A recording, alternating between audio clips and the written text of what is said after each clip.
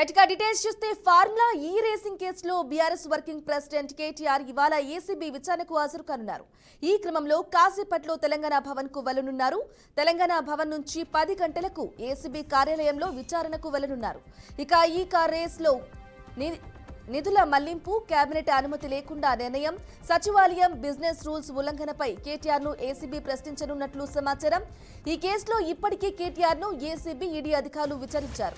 ఇక ఫార్ములా ఈ ఆపరేషన్ సంస్థ ప్రతినిధులను గతంలో వీడియో కాన్ఫరెన్స్ ద్వారా ఏసీబీ ప్రశ్నించింది. ఈ కేసులో ఆరోపణలు ఎదుర్కొన్న నాటి పురపాలక శాఖ ముఖ్య కార్యదర్శి అరవింద్ కుమార్, హెచ్ఎండిఏ మాజీ చీఫ్ ఇంజనీర్ బిఎల్ఎన్ రెడ్డిలను విచారించింది. ఇక కేటీఆర్ విచారణ అనంతరం ఏసీబీ ఈ కేసులో ఛార్జిషీటు దాఖలు చేయనున్నట్లు తెలుస్తోంది. కేటీఆర్ వెంట బీఆర్ఎస్ కార్యకర్తలు పెద్ద సంఖ్యలో ఏసీబీ కార్యాలయానికి వచ్చే అవకాశం ఉండటంతో పోలీసులు భారీ బందోబస్తును ఏర్పాటు చేశారు.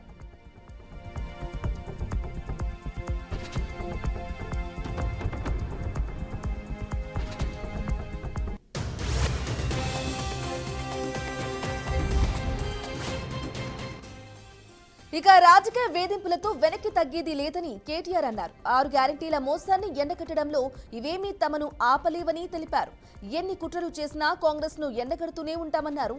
420 హామీలు, డిక్లరేషన్ల పేరుతో కాంగ్రెస్ చేసిన దగాను ప్రజలకు వివరిస్తామని కేటీఆర్ స్పష్టం చేశారు.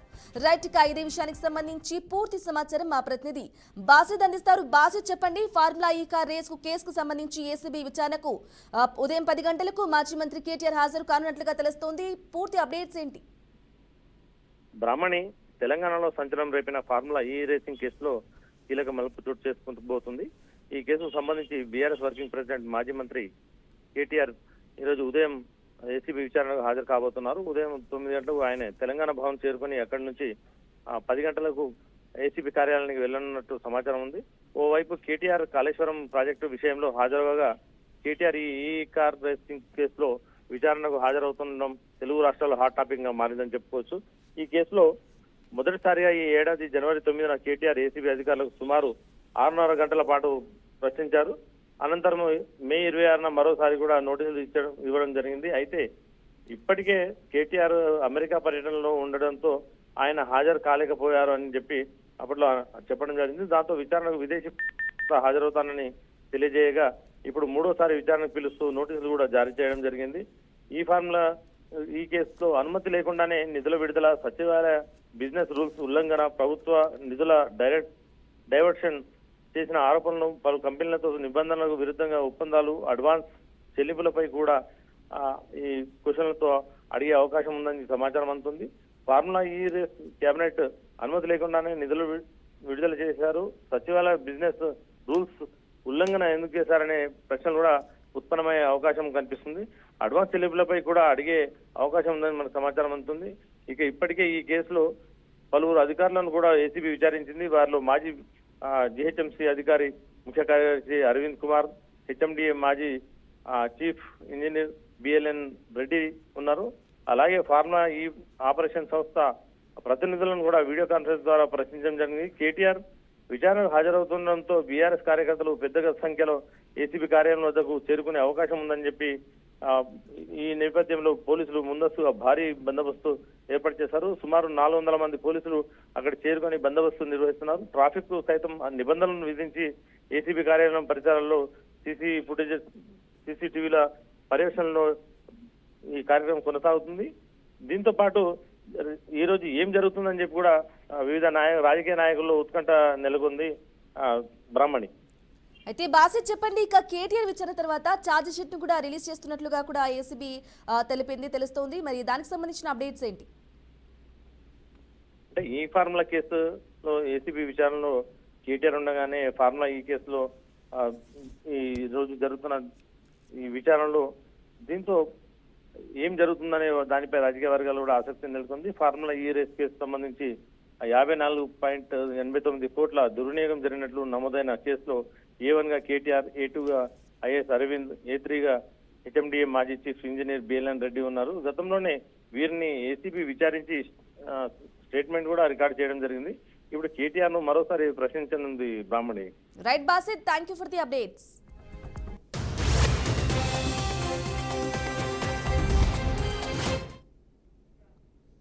రైట్ ఇక మరో బ్రేకింగ్ న్యూస్ చూస్తున్నాం. తెలంగాణ ప్రజలకు హైదరాబాద్ వాతావరణ కేంద్రం కీలక సూచనలు జారీ చేసింది. రాష్ట్ర వ్యాప్తంగా నేడు భారీ వర్షాలు కురిసే అవకాశం ఉందని తెలిపింది. రాష్ట్రంలోని పలు జిల్లాలకు ఎల్లో అలర్ట్ జారీ చేసింది. పలు ప్రాంతాల్లో ఉరుములు, మెరుపులు, ఈదురు గాలులతో కూడిన వర్షాలు కురిసే అవకాశం ఉందని పేర్కొంది. ఇక గంటకు 40 నుంచి 50 కిలోమీటర్ల వేగంతో భారీ వర్షాలు అక్కడక్కడా కురుస్తాయని హెచ్చరికలు జారీ చేసింది. సిద్దిపేట, మేడ్చల్, మల్కాజ్గిరి, వికారాబాద్, రంగారెడ్డి, సంగారెడ్డి జిల్లాల్లో వర్షం కురిసే అవకాశం ఉందని వాతావరణ శాఖ హెచ్చరించింది.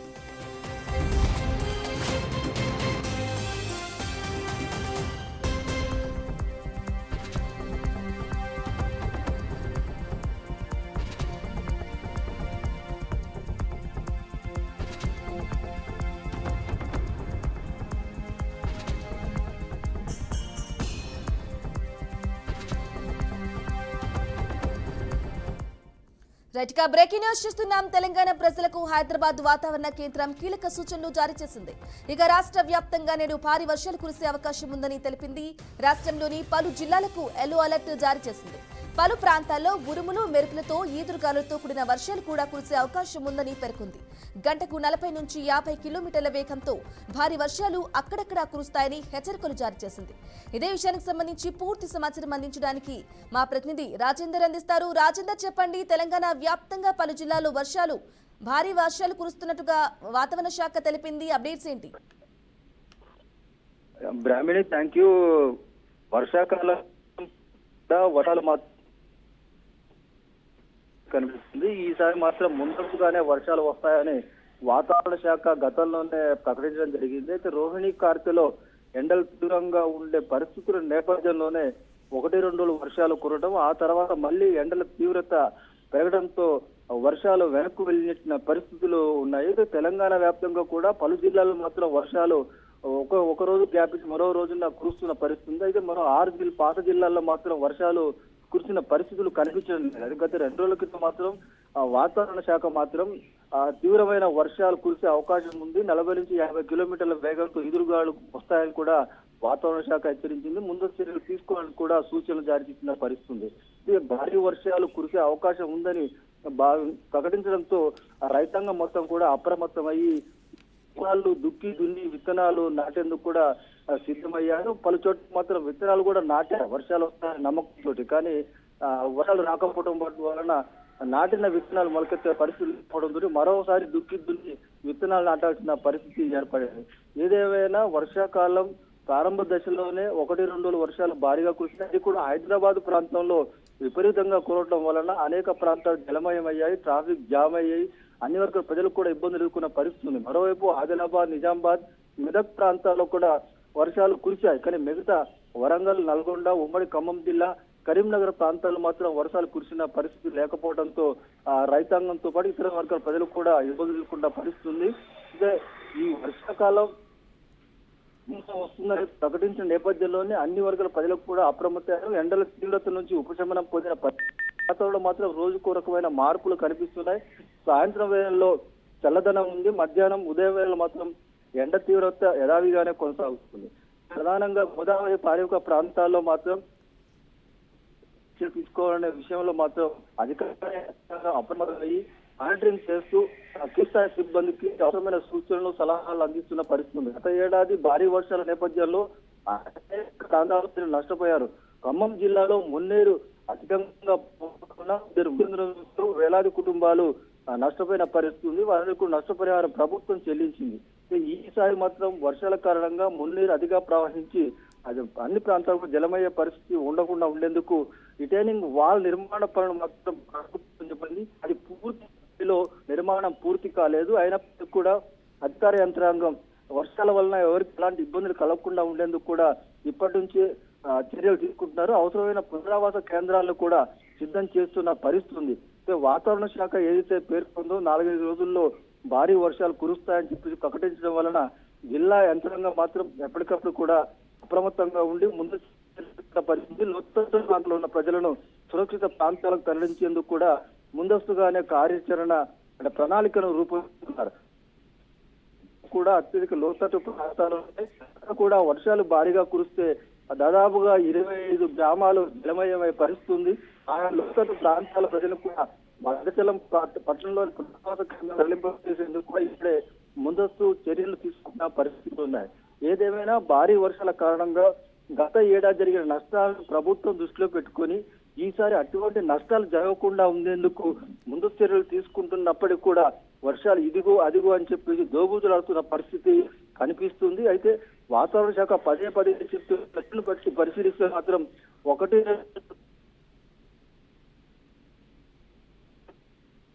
Okay, right. Thank you Rajendra.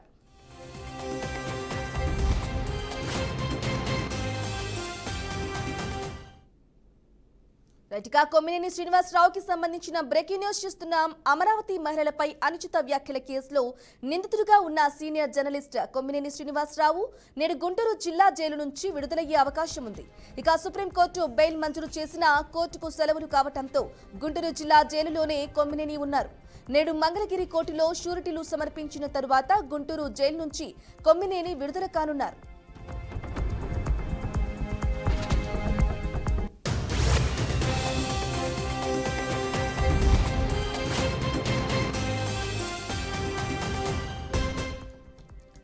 Sakshi channel డిబేట్లో అమరావతి మహిళలపై అనుచిత వ్యాఖ్యలు చేశారంటూ కొమ్మినేని శ్రీనివాసరావుపై జూన్ 9న తుళ్లూరు పోలీసులు కేసు నమోదు చేసి అరెస్టు చేశారు.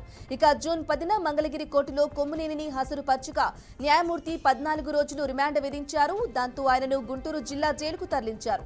దీనిపై కొమ్మినేని హైకోర్టులో బెయిల్ పిటిషన్ దాఖలు చేశారు. హైకోర్టులో విచారణలో ఉన్న సమయంలోనే సుప్రీంకోర్టును ఆశ్రయించారు. పిటిషన్ను విచారించిన సుప్రీంకోర్టు జూన్ 13న బెయిల్ మంజూరు చేసింది. ఇక సుప్రీంకోర్టు ఉత్తర్వులు శుక్రవారం జైలు అధికారులకు అందలేదు. శని ఆదివారాలు సెలవు కావడంతో నేడు కొమ్మినేని విడుదలయ్యే అవకాశాలు ఉన్నాయి. రైట్ గా ఇదే విషయానికి సంబంధించి పూర్తి సమాచారం అందించడానికి మా ప్రతినిధి విద్యాసాగర్ అందిస్తారు. సాగర్, చెప్పండి, కొమ్మినేని ఈరోజు విడుదలవుతున్నట్లుగా తెలుస్తోంది, అప్డేట్స్ ఏంటి? రైట్ బ్రాహ్మణి, ఎన్నో కీలక మలుపులు తిరిగిన సీనియర్ జర్నలిస్ట్ కొమ్మినేని విషయంలో ఈ రోజు విడుదలయ్యే అవకాశం ఉంది. ఈయనకి ఇప్పటికే జూన్ 13నే బెయిల్ లభించింది సుప్రీంకోర్టులో, కొన్ని కండిషన్స్ తో కూడిన బెయిల్.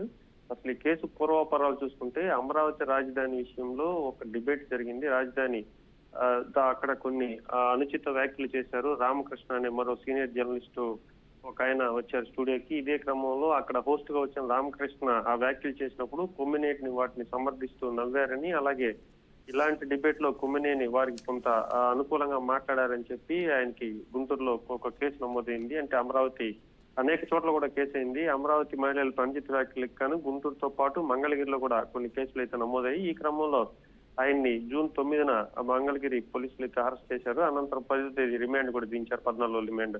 అనంతరం హైకోర్టులో అప్పీల్ కి వెళ్లి అలాగే సుప్రీంకోర్టు కూడా వెళ్ళడం జరిగింది. సుప్రీంకోర్టులో 13వ తేదీ బెయిల్ మంజూరు చేసింది. బెయిల్ మంజూరు చేసినా కూడా అప్పటి నుంచి జైలు శుక్రవారం, శనివారం, ఆదివారం 3 రోజుల పాటు అక్కడ న్యాయాధికారులకి సెలవులు రావడంతో అది ఈ రోజు ఆయన రిలీజ్ అయ్యే అవకాశం ఉంది. కొమ్మినేని అంటే న్యాయ ప్రక్రియకు సంబంధించి పూర్తి చేశారు, కానీ అక్కడ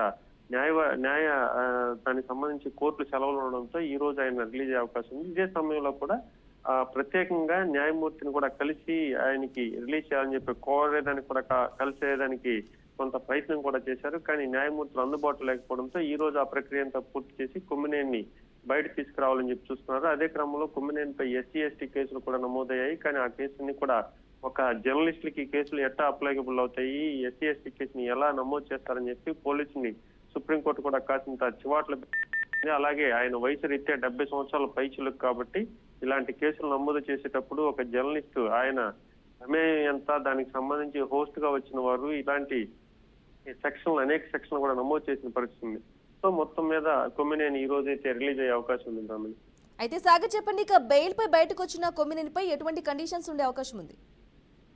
కొమ్మినేని మీద అనేక రకాలైన కండిషన్స్ తో కూడిన బెయిల్ అయితే ఇవ్వడం జరిగింది సుప్రీంకోర్టు. అంటే బయట వచ్చిన తర్వాత ఎటువంటి అనుచిత వ్యాఖ్యలు చేయరాదు, అలాగే కాంట్రవర్సీకి సంబంధించిన డిబేట్లో కానీ వాటిలో పాల్గొన్నప్పుడు పోస్టులు అంటే ఎవరైనా వచ్చిన అతిథులు కూడా అలాంటి డిబేట్లలో ఈయన పాల్గొనకూడదు. ఇలాగే ఈ మహిళలకు సంబంధించి కానీ లేదంటే న్యాయ సంబంధమైన విషయాలకు సంబంధించి కానీ బయట మాట్లాడకూడదు అని చెప్పి కొన్ని కండిషన్స్ తో కూడిన బెయిల్ అయితే మంజూరు చేయడం జరిగింది. దీనిపైన ఇప్పటికే కొమ్మినేనిపై మరికొన్ని కేసులు కూడా నమోదు చేయాలని చెప్పి ప్రభుత్వం చూసినా కూడా, ప్రభుత్వం తరఫున మహిళలు కొందరు చూసినా కూడా సుప్రీంకోర్టే స్వయంగా కొన్ని కండిషన్స్ తో కూడిన బెయిల్ నమోదు చేసింది కాబట్టి కొమ్మినేనిపై ప్రస్తుతానికైతే కేసులన్నీ కూడా కొంత తగ్గినాయని చెప్పవచ్చు. ప్రస్తుతానికైతే ఈ కండిషన్స్ మీద ఎక్కడ కూడా అనుచిత వ్యాఖ్యలు చేయకూడదు, కాంట్రవర్సీకి సంబంధించిన డిబేట్ లో పాల్గొనరాదు, అలాగే కింద కోర్టు ట్రయల్ కోర్టులో ఏదైనా షరతులు కానీ పోలీసులు ఏదైనా విచారణ పిలిచినప్పుడు కానీ హాజరు కావాలని చెప్పి సుప్రీంకోర్టు కొన్ని కండిషన్స్ తో కూడిన బెయిల్ అయితే ఇవ్వడం జరిగింది.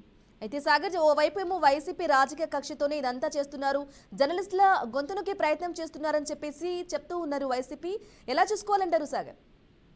దీన్ని ఖచ్చితంగా అయితే ఒక రకంగా ప్రభుత్వం ఇలాంటి విషయాల్లో కొంత ఆచితూచి వ్యవహరించాలి. అలాగే కొంత కక్షపూరిత ధోరణి అని చెప్పి ఇప్పటికే వైసీపీ సంబంధించిన అనేక మంది నేతలు కూడా దీనికి సంబంధించి నేరుగా కూడా జగన్మోహన్ రెడ్డి కూడా మాట్లాడిన పరిస్థితుంది. కొమ్మినేని శ్రీనివాసరావు వాస్తవానికి ఒక సీనియర్ జర్నలిస్ట్. ఆయన వయసు కూడా 70 సంవత్సరాల పైచిలుకు. అలాగే ఆయన జర్నలిస్ట్ అనుభవం గత 50 ఏళ్లుగా మీడియాలో ఉన్నారు, జర్నలిజంలో ఉన్నారు. అలాంటి వ్యక్తి మీద అక్రమ కేసులు బనాయించడం ఏంది? అసలు కొమ్మినేని శ్రీనివాసరావు ఎటువంటి వ్యాఖ్యలు చేయలేదు మహిళలకు వ్యతిరేకంగా. కేవలం వచ్చిన హోస్ట్ మాత్రమే ఆ వ్యాఖ్యలు చేశారు. హోస్ట్ వ్యాఖ్యలు చేసిన దానికి జర్నలిస్ట్ కొమ్మినేని ఎలా బాధ్యులు చేస్తారని చెప్పి ఒక విషయం, ప్రధానమైన విషయంతో పాటు ఆంధ్రప్రదేశ్ రాష్ట్రంలో అనేక చోట్ల కూడా జర్నలిస్టుల మీద కేసులు నమోదు చేస్తున్నారు. గతంలో ఎప్పుడూ లేని విధంగా కేవలం పోలీస్ పాలన నడుస్తోంది. ఏదైనా ఒక జర్నలిస్ట్ ఒక వార్త రాయాలన్నా లేదంటే ఒక విశ్లేషణ చేయాలన్నా కూడా భయపడే పరిస్థితులు ఉన్నాయి. ముఖ్యంగా ప్రధానంగా కూడా ఉమ్మడి నెల్లూరు జిల్లాలో కూడా అనేక రకమైన కేసులు కూడా నమోదవుతున్నాయి. అనేక నియోజకవర్గాలు అంటే ఇప్పుడు కొత్త పోకడా మొదలైందని చెప్పవచ్చు. ఎవరైనా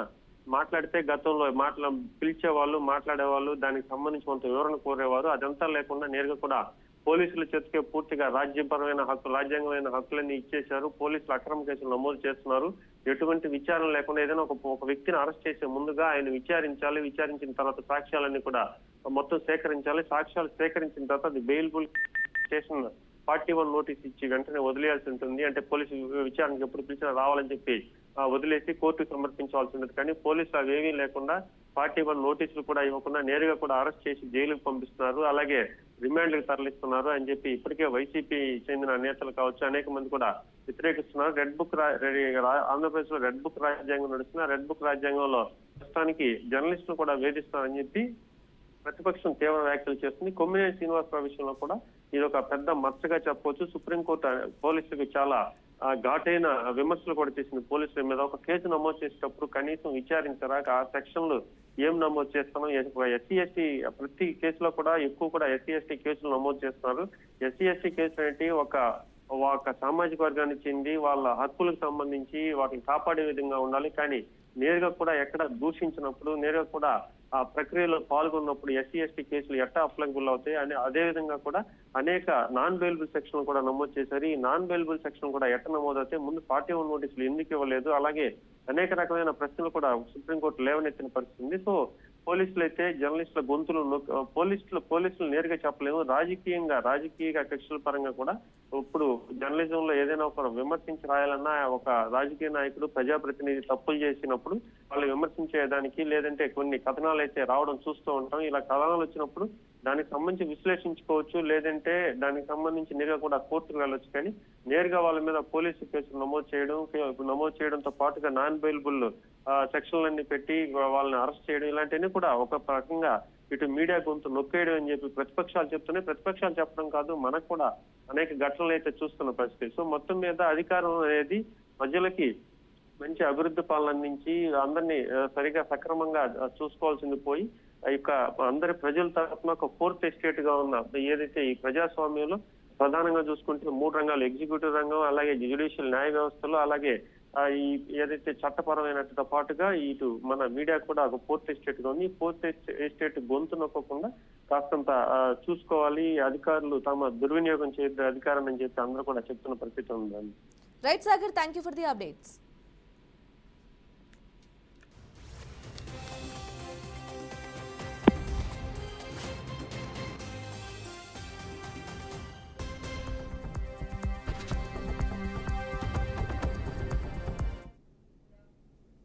రైట్, ఇక మరో బ్రేకింగ్ న్యూస్ చూస్తున్నాం. అహ్మదాబాద్ లో చోటు చేసుకున్న విమాన ప్రమాదం మరొక ముందే మరో విమానానికి బాంబు బెదిరింపు రావడం తీవ్ర కలకలం రేపింది.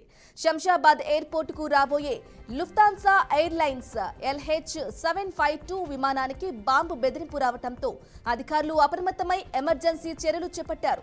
జర్మనీ నుంచి ప్రయాణం ప్రారంభమైన లుఫ్తాన్సా ఎయిర్లైన్స్ విమానం శంషాబాద్ ఎయిర్పోర్ట్ కి రావడంతో బాంబు బెదిరింపు కాల్ వచ్చిందని అధికారులు తెలిపారు. ముందస్తు చర్యలో భాగంగా విమానాన్ని తిరిగి ఫ్రాంక్ఫర్ట్ ఎయిర్పోర్ట్ కు మళ్లించారు. ఈ ఘటనపై సంబంధిత అధికారులు విచారణ కొనసాగిస్తున్నట్లు వెల్లడించారు.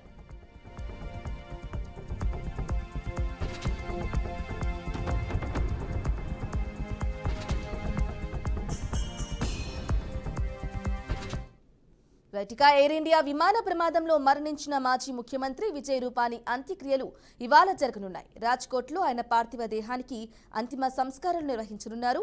గుజరాత్ ప్రభుత్వం అధికార లాంఛనాలతో ఆయనకు నివాళులు అర్పించనుంది. అలాగే రాష్ట్ర వ్యాప్తంగా సంతాప దినం పాటిస్తున్నారు.